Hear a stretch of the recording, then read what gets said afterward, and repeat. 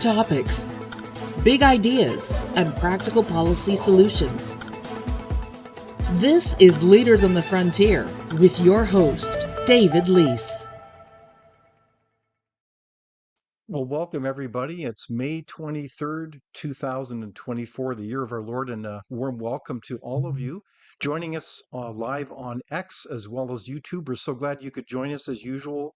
Every Thursday, we have these discussions about topics, issues, policy items that are relevant to each and every Canadian. So on that note, I am very excited about today because we've got a very special guest.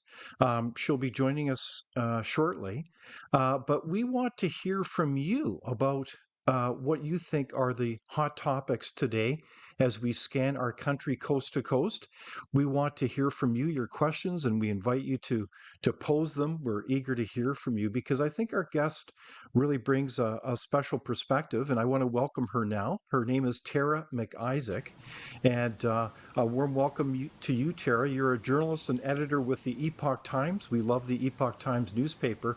And we're so glad that you could join us because you really have a unique picture on the issues that are happening right across our country. So welcome to you, Tara. Thank you, David. I'm happy to be here. Thank you for having me. So, Tara, I think that you bring, as I said, an interesting perspective on what's going on in our country. But maybe I could ask a basic question to you. Can you tell us more about the Epoch Times? Because I'm certainly a subscriber and a big fan of it. But can you tell us a little bit more about that newspaper? For sure. We started in the year 2000 by John Tong, who came from China, and he was living in the US at the time. And basically it started as a way to get the truth out about human rights abuses and other issues in China that, you know, it's heavily censored by the state-run media, and even abroad, the news that was getting out to Western media was also very much controlled by the Chinese Communist Party. You know, since then we've grown to be a general interest newspaper, still very strong on China news, but you know, we've been in Canada since 2004, and we cover Canadian news, US news. We've got branches all over the world. So I guess that's us in a nutshell. Well, it's an impressive publication. I think it's certainly one of the largest newspapers in the country now, so I encourage people to look at it. What are your coordinates, Tara? I'm in the GTA in Toronto, Ontario, basically, thereabouts. And where are you located on the website for the Epoch Times? How do people locate you? Me personally, or just we're www.theepochtimes.com. Okay, so please look it up. We encourage you to look at it.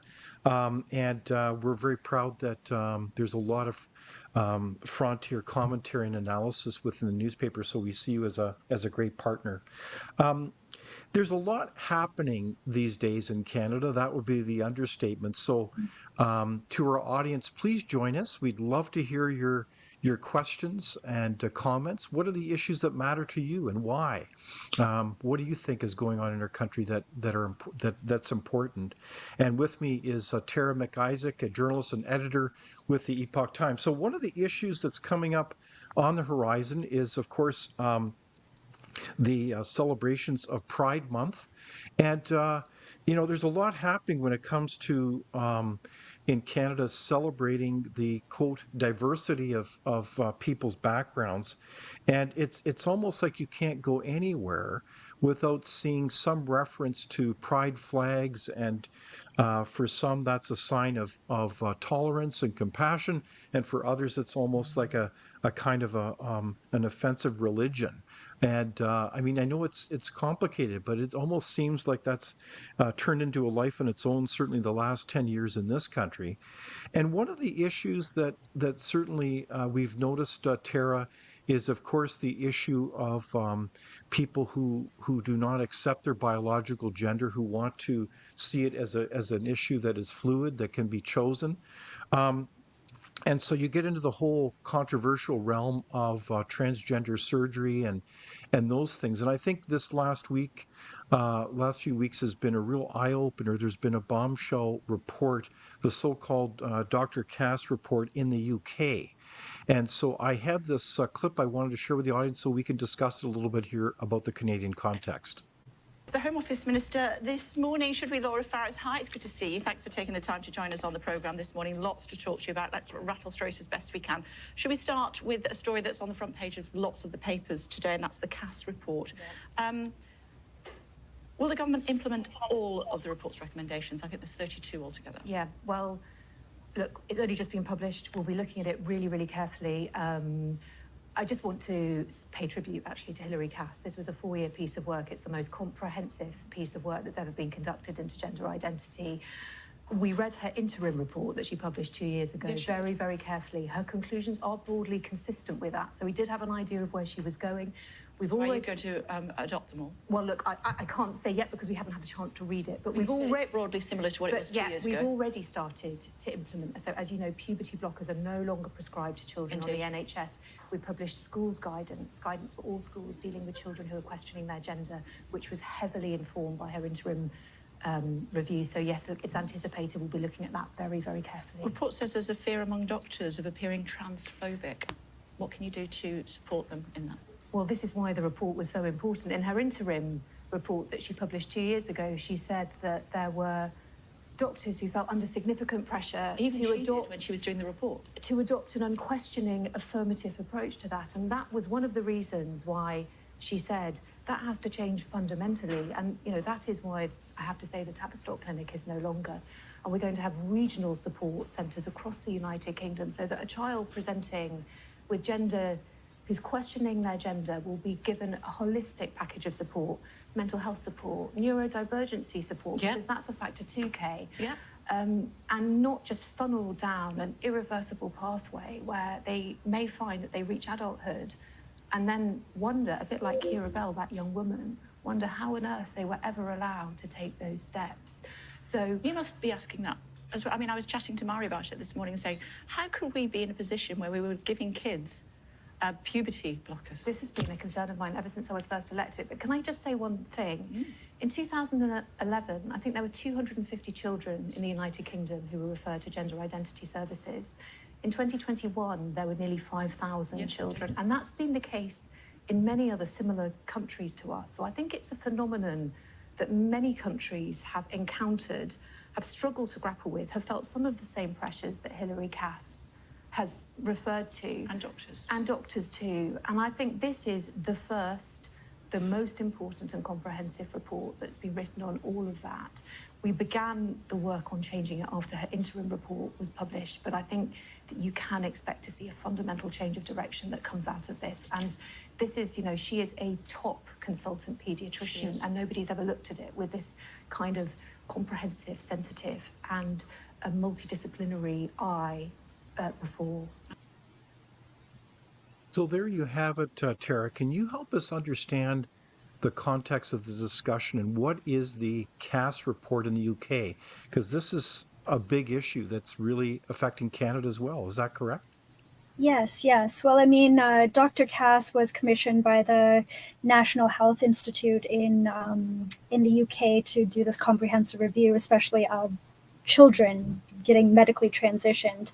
And I mean, in Canada, this has been a huge issue recently, especially with Alberta Premier Danielle Smith saying that her government would majorly limit, the ability of children to be transitioned.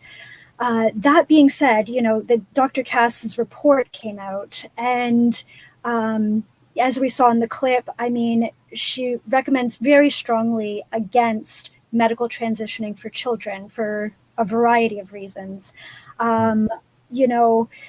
A lot of it has to do with, for example, the potential long-term effects of puberty blockers, the ability of a child or youth to make this kind of decision. She brought up issues where, for example, adolescents, they're going through puberty, they're going through a lot of changes, and a lot of these are being sort of interpreted, like body image issues are being interpreted as a problem with your gender dysphoria. So she raised a lot of these issues, and it's really made a huge mark on the world.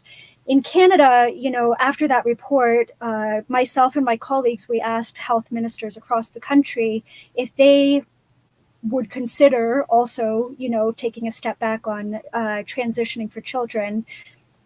And none of them are. that's the situation. That's the response we get, or we didn't get any response from some, except Alberta obviously is going there. This issue is ramped up, especially, pretty much from a year ago now, when Blaine Higgs, the premier of New Brunswick, decided to make this big gender pronoun policy change for schools and how we treat gender identity for children. And that was pretty huge about a year ago, and it's kind of rippled across the country. Saskatchewan has followed suit, Alberta now. But in terms of limiting medical transitioning puberty blockers, a lot of the sort of, medical associations in Canada are still not following the Dr. Cass's perspective on this, basically. Yeah, no, I think that's a brilliant summation, Tara, is that it seems like the UK is in a very different place than certainly the Canadian discussion regarding a host of issues, including transgendered surgery with children. And in fact, the rights of parents as well to be clearly in the loop and to be the lead in terms of caring for their children. And I have had an opportunity to read the report, and I am thoroughly impressed by the level of thoughtfulness and I believe as a layperson, the scientific insight into the issues, both psychological, sociological, as well as medical. So I think it's one of these landmark historic reports. I think it's already making a major impact in the UK, as you actually have the Ministry of Health in the UK actually closed down many of the functions of the Tavistock Clinic. I think they were at the forefront of advocating for a lot of these changes. So it sounds like we've got to stay tuned in terms of the kind of science, the information, the kind of analysis that will eventually seep into this country's discussion. Is that a fair comment, Tara? Yes. I think that in terms of something, for example, like puberty blockers, which would be sort of the first go-to for a youth that, the professionals feel is struggling with gender dysphoria. The science on that has been in debate. And it's basically the idea of what are the long-term effects. We don't have a huge cohort of youth who've grown up and we can see what happens. There's idea that, bone density can be affected, but a lot of the literature for a long time said that, these effects are reversible, including the Alberta Medical Association. That was their response after Premier Smith's announcement. But I think Dr. Cass brings up some concerns, and there are constantly new studies coming out as well. There was a key one in I don't remember. It was a European medical school, and they raised a lot. They did a review of all the studies on puberty blockers, and there's a lot of scientific questioning around it, and I think as it develops, we just have to see where this is going. I think the Cass report was a major voice on one side of it, and what's interesting about it too is I haven't seen people really questioning Dr. Cass herself, which has sometimes been a reaction to some studies. Oh, that study's flawed, this, that, the other thing. So I guess we'll see which way things go in Canada. I mean, we have Pierre Poilievre. He has said that he's against puberty blockers for minors. The way the election plays out next year, how the federal government could react. I mean, healthcare is a provincial provincial jurisdiction, but we don't really know. Yeah, so stay tuned on that one. I will tell you that one of the things that struck me about the Cass report is it just decimates any notion that there's a systematic scientific methodology to this issue. So I think for many people that's been a real revelation. So one of the things that happened this past week is the passing of a legendary journalist, a political analyst, a person with a silver tongue, and that is the person Rex Murphy passed away, and I think that has really caused many Canadians to reflect on his significance in our lives over many years of commentary about what's going on in this country. You're a journalist, Tara. What did Rex Murphy mean to you? Well, I think from a journalist perspective, he was an inspiration to me in his eloquence and his high standards. I mean, he was a student of literature first and foremost, and so was I. That was my major. I love the language and I aspire to his eloquence. I don't know that I can achieve that, but he had a way with words, to be sure, and just very down to earth. I think that's the other thing, is just being real. And he talked before about civility as well. Obviously things are very contentious, and to me anyways, Rex Murphy is somebody who, he was a part of the CBC for a long time. He was a Liberal candidate. He was, spoke to conservative issues later. He could relate to, a variety of people. And I think that's really important, to just be able to be respectful, eloquent, and be able to talk to a variety of people and have open, true dialogue. That's what Rex Murphy, how he inspires me anyways. I think that's very well said, Tara. I think I have fond memories over the years. It's amazing, his history, including when he was the host of was one of my favorite programs years ago, was CBC Cross Country Checkup. I think that was a wonderful way to bring people together and even unify our country a little bit coast to coast, as people could reflect on what people were thinking about in terms of issues. So yeah, we'll miss Rex's voice, and I certainly will miss his columns in the media, including the National Post. And I know that he also wrote for the Epoch Times as well. So he was definitely a very well-spoken individual. I had the occasion of meeting him 3 occasions, and most recently about a year ago. And believe it or not, he was actually looking at joining me as a guest on Leaders on the Frontier, and of course, sadly, he wasn't able to do that. It's amazing how he was working right till the end too. I mean, his last column was published, shortly before his death, and yeah, very dedicated and passionate. So let's remember Rex Murphy, and we raise a metaphorical toast to him on the program here, as we will miss his silver tongue and his insights into our country. One of the things, on another note, was some of the measures regarding COVID has been a real revelation. It's almost like week by week we hear new things about how COVID was managed. And it is really stunning information. I think of this past week, we had the famous or notorious Dr. Anthony Fauci's boss, Francis Collins, at the top of the pyramid of the National Institute for Health Research in the United States, actually comment that there was no science regarding the social distancing proposition. And, was that a surprise to you, or what are other things that have been revealed from your perspective around the management of COVID that surprised you, Tara?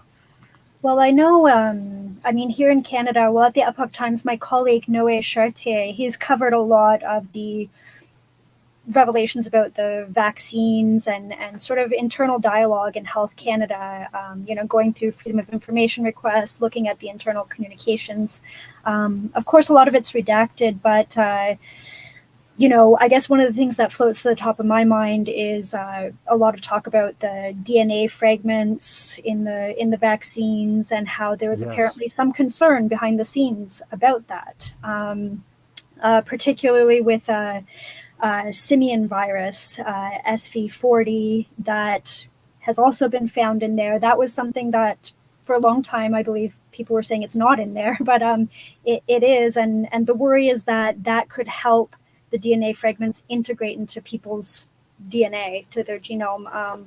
So, Noé has been covering a lot of that. Tara, sorry, just to clarify this. So for people that aren't familiar with this, you're saying that there has been DNA matter within these vaccines. And so the question is, what the heck does that mean in terms of people's health? Is that the bottom line question here?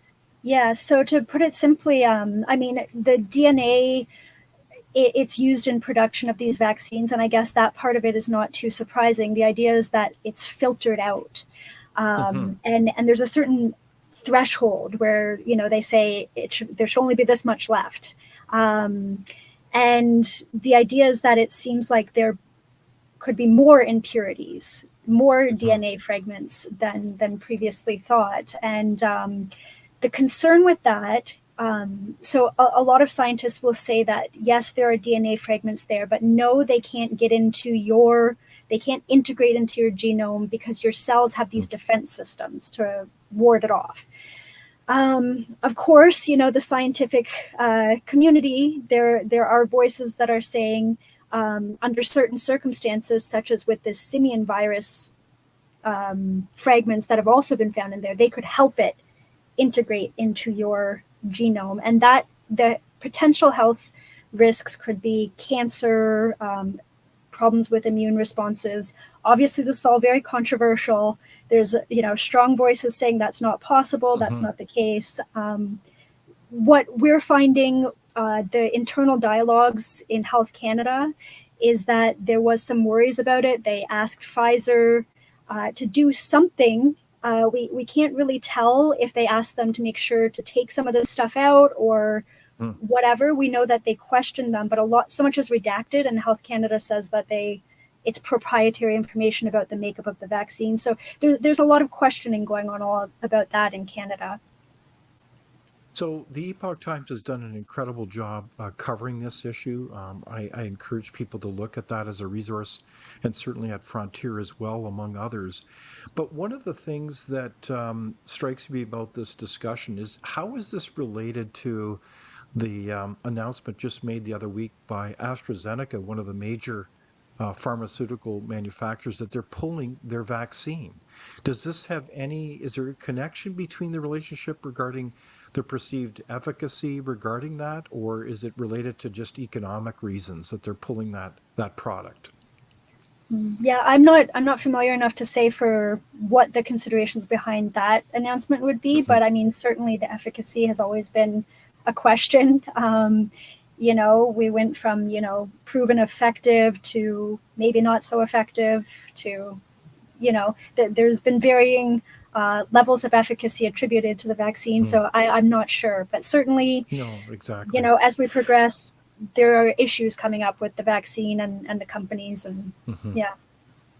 Well, and I think part of the context here, Tara, and you've seen it up close very much over the last several years, has been consistently, time and time again, those things that were asserted as safe and effective or important to do, in retrospect, have proven wrong. So, for example, what Francis Collins said this past week was there was no science behind this so-called social distancing and the efforts by people to, in good faith, stand within their little painted circles in a grocery store and to respect the lines and dots of all kinds of public places, was not based on science. So there was a lot of, has this done, in your mind, a lot of undermining of trust then that people have within these authorities that we would often look to and say, wow, we need to follow these persons because they're the experts, they know what they're talking about, but in retrospect it's not clear that they really knew what they were doing. Is that a fair comment or question? Yeah, I mean, I think whatever side of the vaccine issue you fall on, or the other measures, social distancing and whatnot, I think we can all agree that the faith in health officials and the medical profession it's a problem in Canada. How do you restore that, or I guess just we've had a lot of doctors from that time who questioned these measures, and we've had since for the past couple of years, and it's still ongoing. They're still in these disciplinary hearings with the College of Physicians and Surgeons, and a lot of the regulatory bodies that manage doctors in Canada from province to province, they've ruled against these doctors and their ability to voice concerns about this. So it seems to be that the bodies that regulate doctors in Canada are saying that it was inappropriate to question the health measures. So I don't know where we go from there. I mean, different people are going to react differently to that. Some might question, does my doctor have the freedom to, tell me what he really thinks, or is this all for the public good? A united front with doctors, and these regulatory bodies know best how to manage medicine. So it's a tough question, I think. It really is, and it certainly begs the question: how do you practice science, let alone medicine, if you don't have the freedom to have that kind of vigorous, healthy debate? It's important as we all try to search for the truth. So I do have a question, and that relates to: do you think there's any hope that people will be held responsible, let alone criminally responsible, for these actions? Now that's a question. Yeah, like I said, I've been covering the cases, whether it's in tribunals, professional tribunals, or sometimes in courts, judicial reviews. Most of the decisions have come in favor of the health measures and that side of things, and against the people who were in disagreement with those measures. So I doubt it would reach the level of criminal responsibility or anything like that. Who knows where things go in the future, though? Things can turn around, change. Who knows what'll come to light? The biggest win for that side, who is against the measures, came, I think, anyways, I could be wrong, in Alberta with the Ingram case, where basically they said all the health measures were invalid, but it was not the greatest victory for that side, because it was kind of on a technicality, like who made the decision there. It wasn't saying that the health measures were invalid scientifically or anything. So I don't know.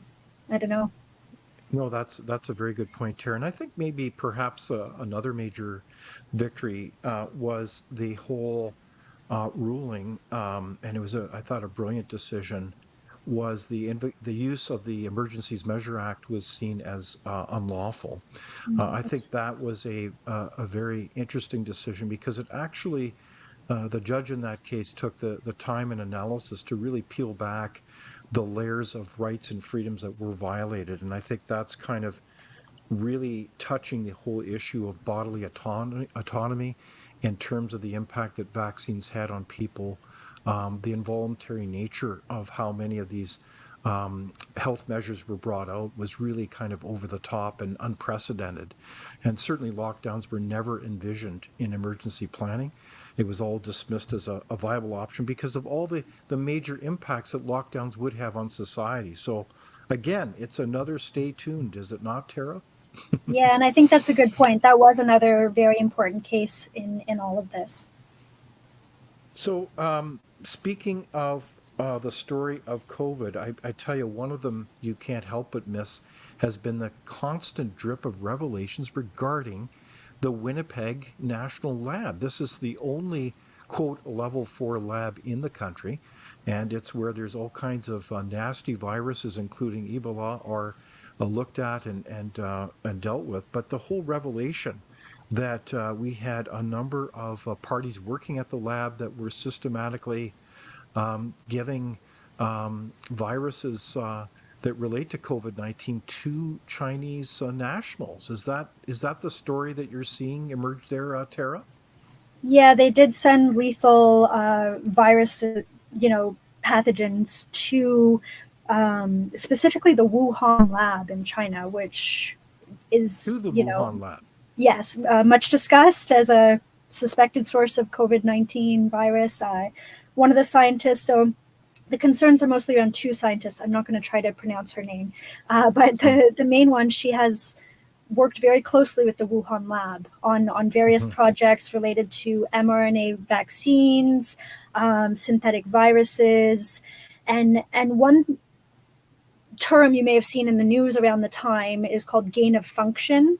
And that basically means increasing how transmissible a virus is. So, that obviously increases the level of danger, if it can just spread quickly. So, not to mention these two scientists, it was this woman and her husband. They were both working at the lab. They apparently allowed some people from China to come in there who, in theory, have ties to the military. They also have worked closely with the military in China. All of this comes against the backdrop too of Canada has newly this year really taken a stance against our scientists here in Canada forming relationships with certain institutions in China because so many of them are linked to the regime, and a lot of the knowledge can be used for the military. But it is really a stunning revelation as we found out that the security provisions seem to have been very weak, if not incompetent, at the Winnipeg lab, such that people could basically waltz in there and start giving really foreign adversaries important information or pathogens that ironically came back to us potentially in the form of COVID-19. You can't make this up. It's almost like out of a bad movie, isn't it, Tara?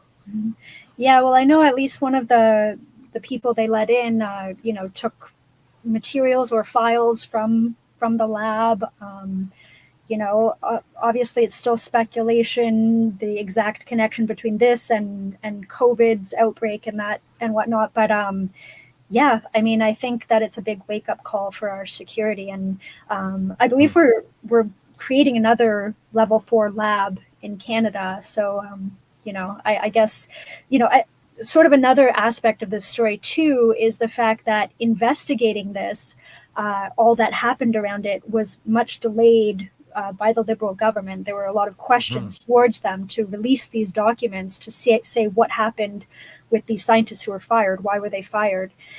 And there were a lot of delays releasing that information. And just, it was very recently, last week perhaps, a Senate committee was going to be talking about this. That's another thing that was delayed for a long time. There was a lot of resistance to discussing this in committee, but that committee was shut down over procedural concerns. So there's been more and more delays along the way in really getting to the bottom of everything that happened around that lab.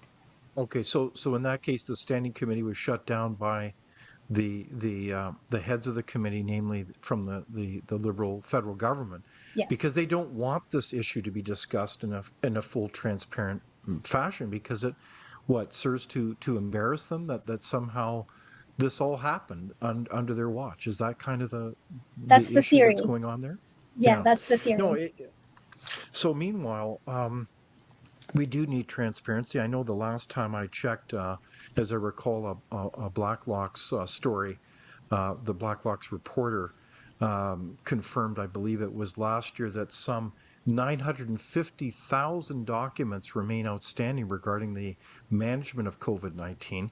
So in order for us to really, as a nation, to go forward, there's so much damage done to Canadian society, economically, mentally, health-wise, everything. We really need transparency more than ever, Tara. It must be hard for you as a journalist to be able to find documents when you have a government that just frankly doesn't want to share them. Yes. It depends on the story, but sometimes information can be forthcoming, sometimes not, especially, you ask a sensitive question and you won't get an answer, and then down the road, it comes out that they already knew at that time. I don't know, it's hard to get the information, and it's all very sensitive. And then there's, a variety of reasons that some of that information is redacted or whatnot. So it's not easy. Yeah. Indeed. So I'm speaking with Tara MacIsaac, journalist and editor with the Epoch Times. We welcome your questions. And certainly one of the questions these days that's related to all these topics of COVID-19 in the Winnipeg lab is, of course, the theme, the inquiry regarding foreign interference. We know there's been a lot of revelations regarding the systematic involvement of foreign adversaries in Canada from top to bottom, whether it's stealing all kinds of both intelligence secrets to commercial intellectual property, and of course involvement in election interference and nominations. So what's the status of this inquiry now, Tara? And do you expect more revelations that show that Canada's got a major problem?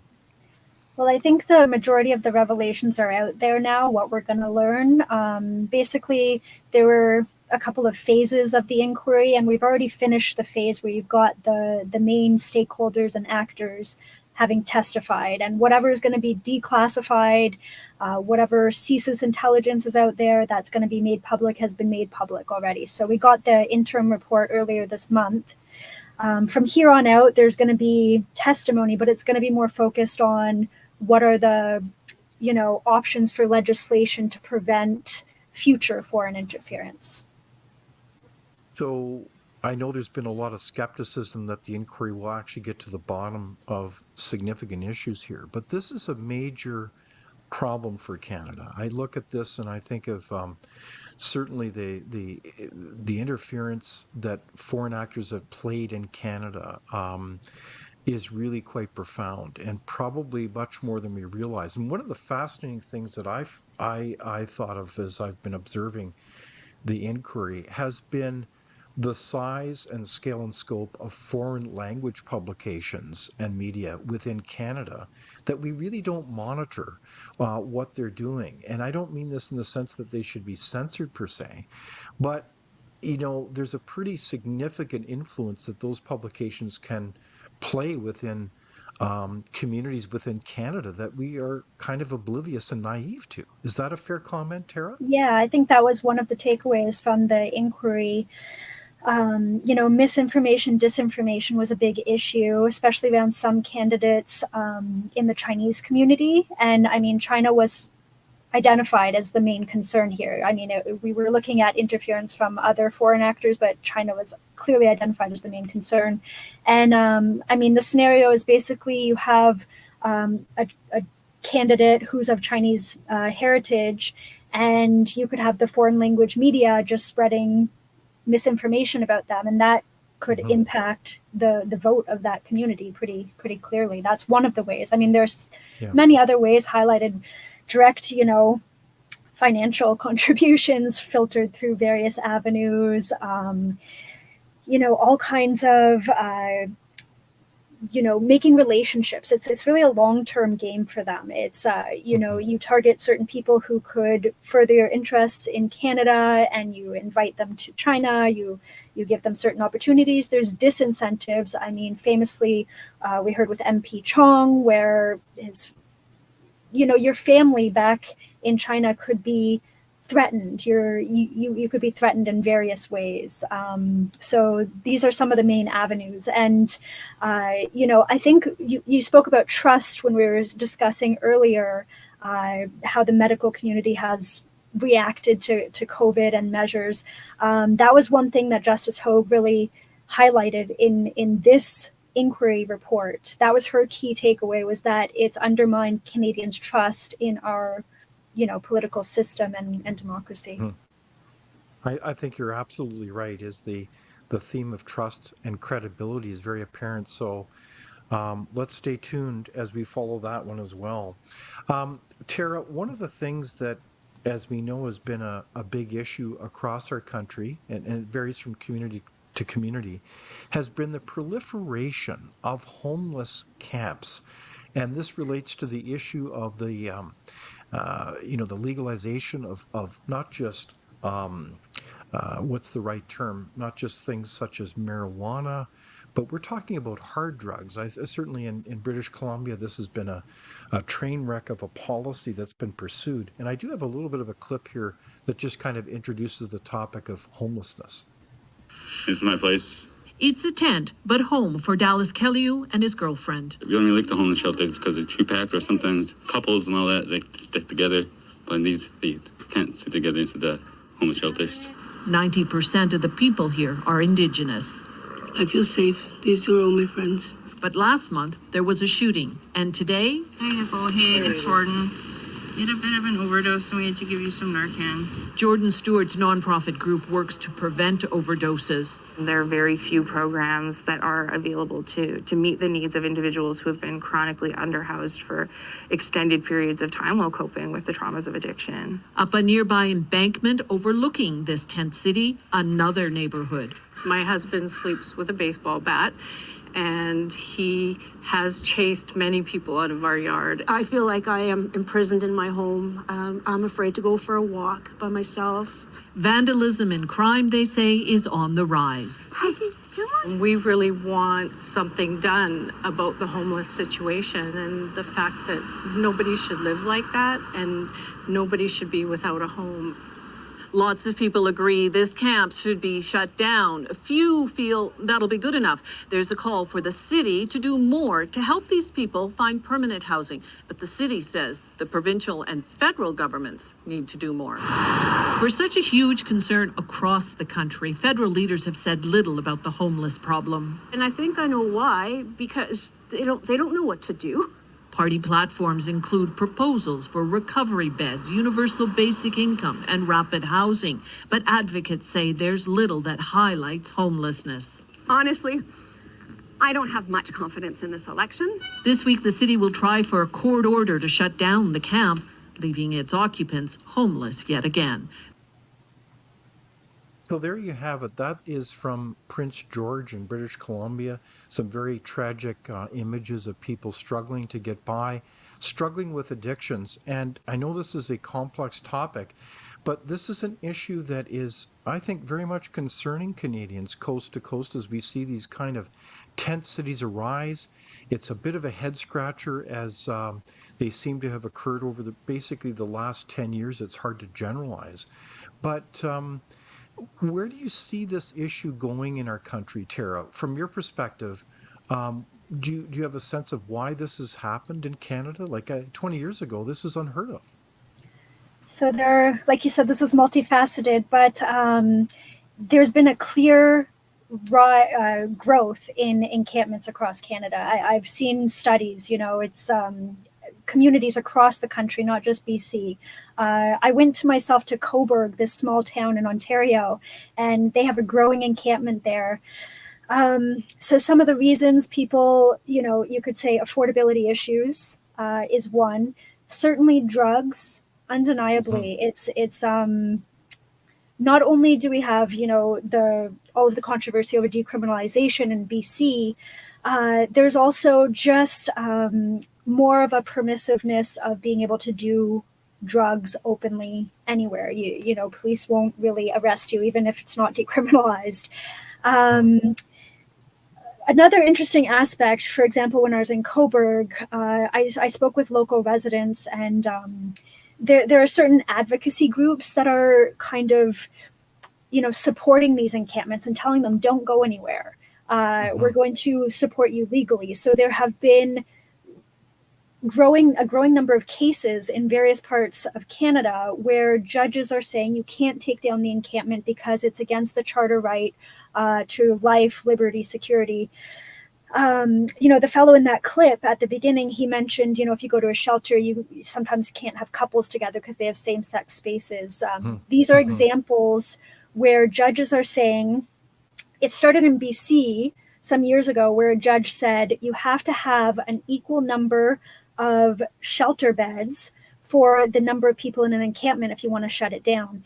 Now, judges in Ontario have taken it further to say you have to have a certain type of bed. So it has to be accommodating to, couples, or you have to allow drug use. There are different types of shelters, like low barrier shelters where there's basically no rules. And then there are shelters where, let's say, no drug use is allowed, this kind of thing. It's like I said, in this small town of Cobourg, which I think is emblematic of what's happening in a lot of communities across Canada, smaller ones too, not just the big cities. There's a low barrier shelter there, and they're allowed to do drugs outside of the place. I spoke to residents, one guy who lives across the street with his young daughters, he got beaten like severely by people. Obviously there's also the side of compassion. I mean, certainly there are moves to try to provide help, to overcome addictions. Like we said, there's affordability issues and things beyond people's control as well. And so it's a hard topic. It's a hard topic to address because you can't just fix these problems for people right away. It really is a complex issue, and I think that's a great overview. Tara, one of the things I do see in terms of hope there is that there are some jurisdictions, I think of Alberta as an example, that is very much in a very assertive way developing, I think, a very compassionate approach to providing services that deal squarely on the issue of addiction. I know that there's been case after case where they've recognized that these camps are horrible places. There is sex trafficking to violence. There's people dying in these tents. I mean, this is a awful situation that people can't really like. There's weapons.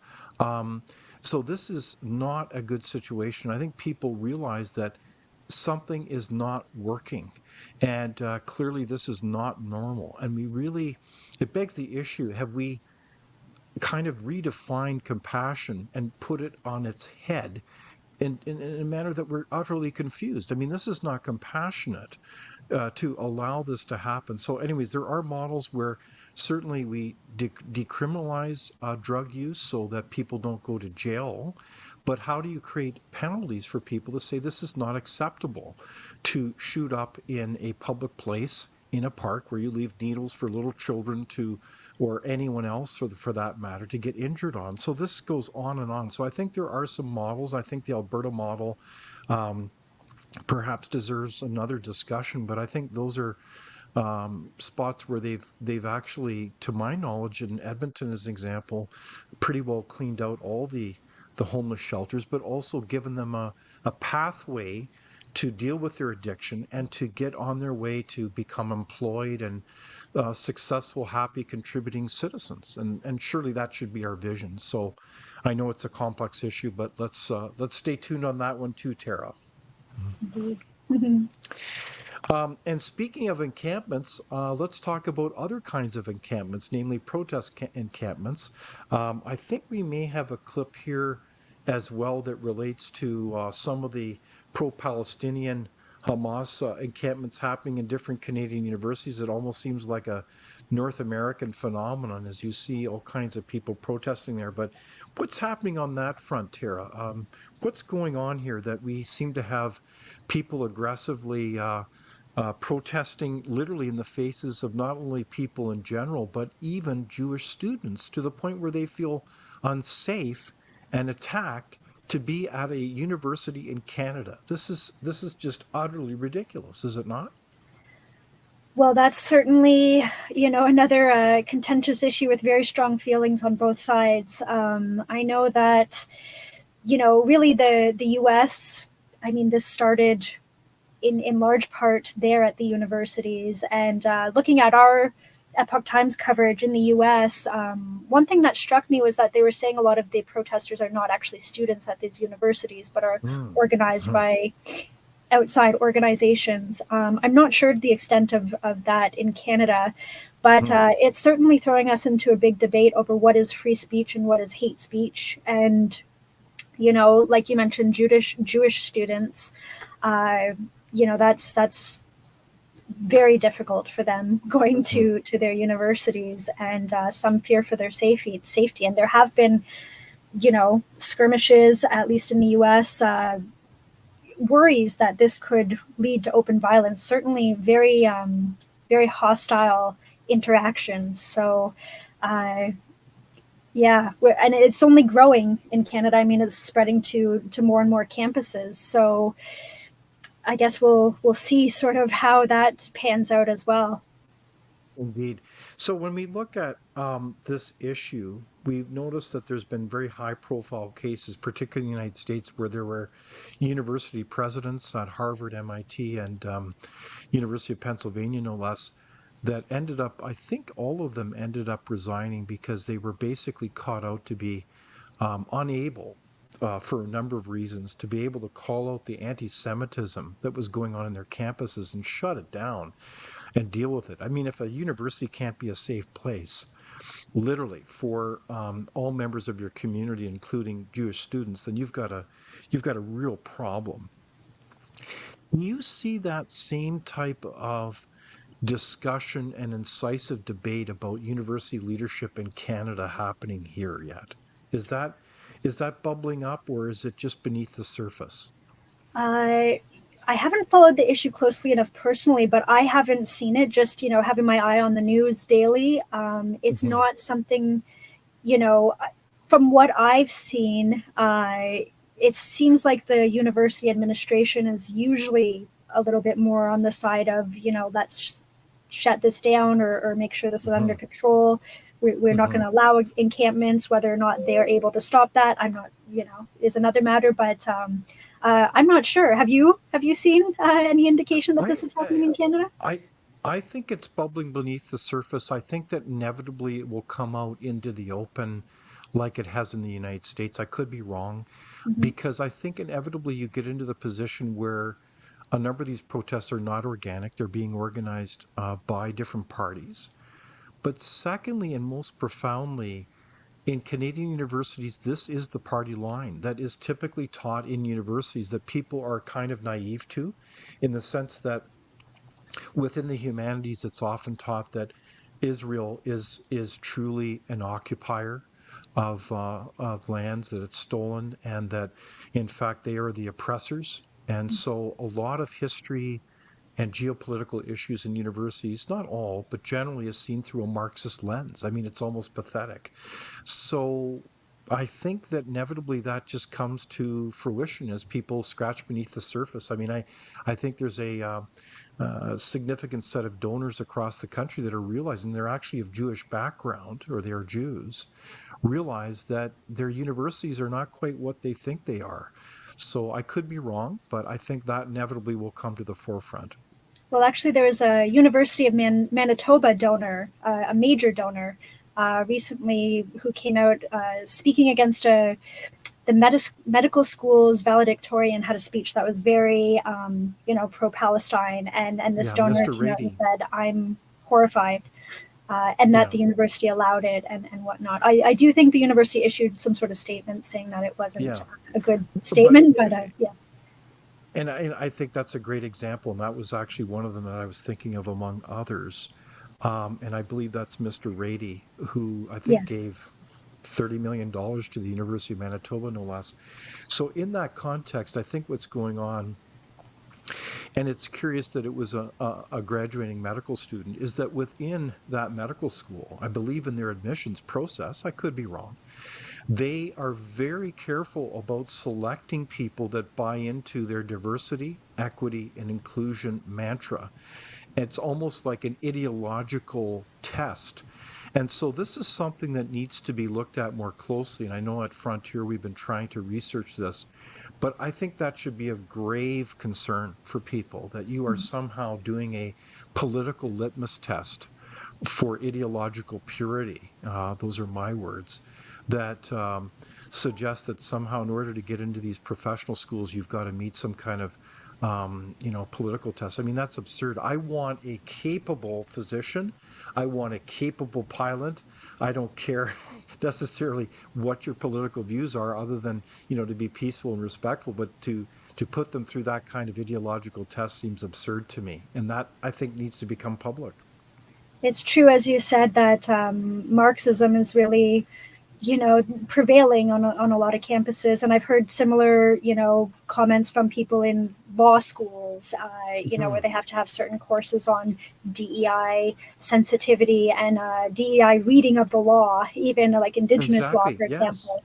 That's right. And so Marxism generally pits an oppressor against the oppressed, and certainly that has been put onto the Israel-Palestine issue very clearly. So, I see what you're saying with that for sure. So, again, stay tuned on that one. We'll have to come back to that issue, Tara. And speaking of ideological lens and the law, I did want to play a little bit of a clip regarding the whole land back movement. I mean, this is something that is one of these big elephants in the room when it comes to public policy issues in Canada. And I'd like to play that clip now as we talk about the whole demands that really all of Canada is Aboriginal land, and it be given back to Indigenous people. Obviously, we want a vision of prosperity for all Canadians, but it begs the issue, wow, what's going on here when we who are talk not about quite these familiar, issues? tell us a little bit about this agreement. Sure. So this week, the NDP government is about to pass the Haida Title Act. It will recognize, for the first time in history, Haida Aboriginal title over roughly 10,000 square kilometers on Haida Gwaii, and relinquish British Columbia's control over land and resources in that territory. So, what does that mean? Well, it means that every single tenure and permit that was granted without the Haida's consent in the past is now in jeopardy. It means that every home and piece of private property is now uncertain, because contrary to what the NDP has said repeatedly, the agreement does not clearly protect private property rights. And you don't have to believe me, you don't have to believe John Rustad, the leader of the Conservative Party of BC. Talk to Tom Isaac. He's a nationally renowned Aboriginal law scholar for decades. He's written 12 books. He's been cited by the Supreme Court of Canada. He's written a memo on this agreement and says it does not adequately protect private property. In fact, it has conflicting provisions, which include a recognition of Haida title over fee simple lands. So it's not clear whether in the coming days and years, the Haida will assume title over private property, if they will assume control, if they will change the management. In fact, the agreement does contemplate the deregistering of private property by the Haida, the private property they accumulate through different means. So yeah, there's a lot of concerns about this agreement. And one more I should mention is that, what does it mean when you have Haida leaders taking the place of British Columbia leaders on the island? Well, it means that half of the population who are not members of the Haida Nation will now be ruled by leaders that they do not elect. This is within Canada. And that concern over people who are unelected now having decision-making power, per se, over Crown land came up in a report we did about the BC Land Act that the NDP government seemed to have wanted to quietly pass, but has now parked temporarily and got much pushback. But that BC Land Act is part of sort of a commitment to UNDRIP, the United Nations Declaration on Rights of Indigenous Peoples. And in BC, we adopted DRIPA. So how do those two things tie in with this Haida agreement? Right, so that's a really important place to start. So UNDRIP was passed in 2007 and then adopted by Canada in 2010. It essentially says that all lands traditionally used, occupied, or otherwise acquired by Indigenous peoples will be returned, or compensation paid in lieu, and that Indigenous laws will be applied on all the lands that Indigenous peoples control. So that's the blueprint from UNDRIP. And then in 2019, the British Columbia government, the NDP government, said we are going to make this domestic law. We're going to make this legally binding in BC. So for the last 5 years, that's what they've been busy doing, is taking this vision of an elite racial minority controlling the lands within British Columbia and applying it across every sector of British Columbian economy and society. Now, the moral narrative that comes along with that is that this has to and should be done for reconciliation. What do you make of that argument? So, I used to make a whole lot of it, honestly. As I said, I worked for the first dozen years of my career were spent advancing Indigenous rights. It's what I learned at university. It's what my clients wanted. It's what I believed, because I thought, like many people do today, that Indigenous people had lost power in the past, and so the only ethical thing to do today is to give power back to them. But the moral arithmetic isn't actually that simple. It's true that the inhabitants at contact have lost control over those lands to the British and successor governments that we now recognize as Canada. But it's not that simple, because they also, through this messy process of modernization, have gained the keys to the modern world that we all have. The wheel, the light bulb, the microchip, modern medicine. So this has tripled human lifespans from 25 years, which is roughly the average lifespan in hunter-gatherer societies to 75. So that's not, those things won't be coming back from the Haida in this agreement as the land is returned. And I'm not saying they should be. The point isn't here that we should be tabulating up the debits and the credits of the past. I think that's a fool's errand. I think that that we need to have reconciliation today.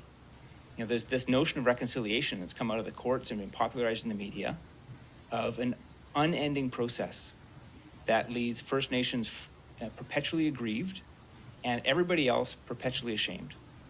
I fundamentally reject that, and I think that we all need to, because it's completely unproductive.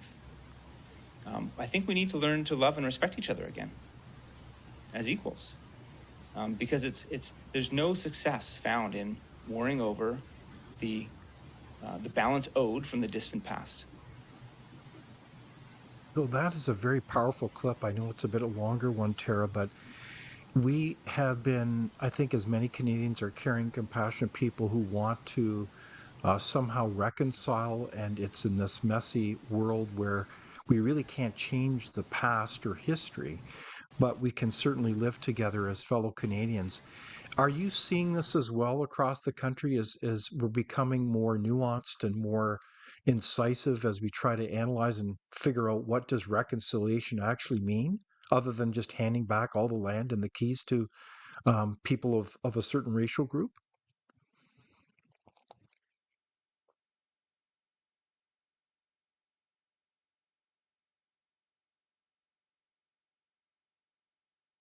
Um, I think we may have a technical issue there, but this is certainly quite a complex issue, and we'll come back to this as we think about what does it mean to actually work with our fellow Canadians on this issue.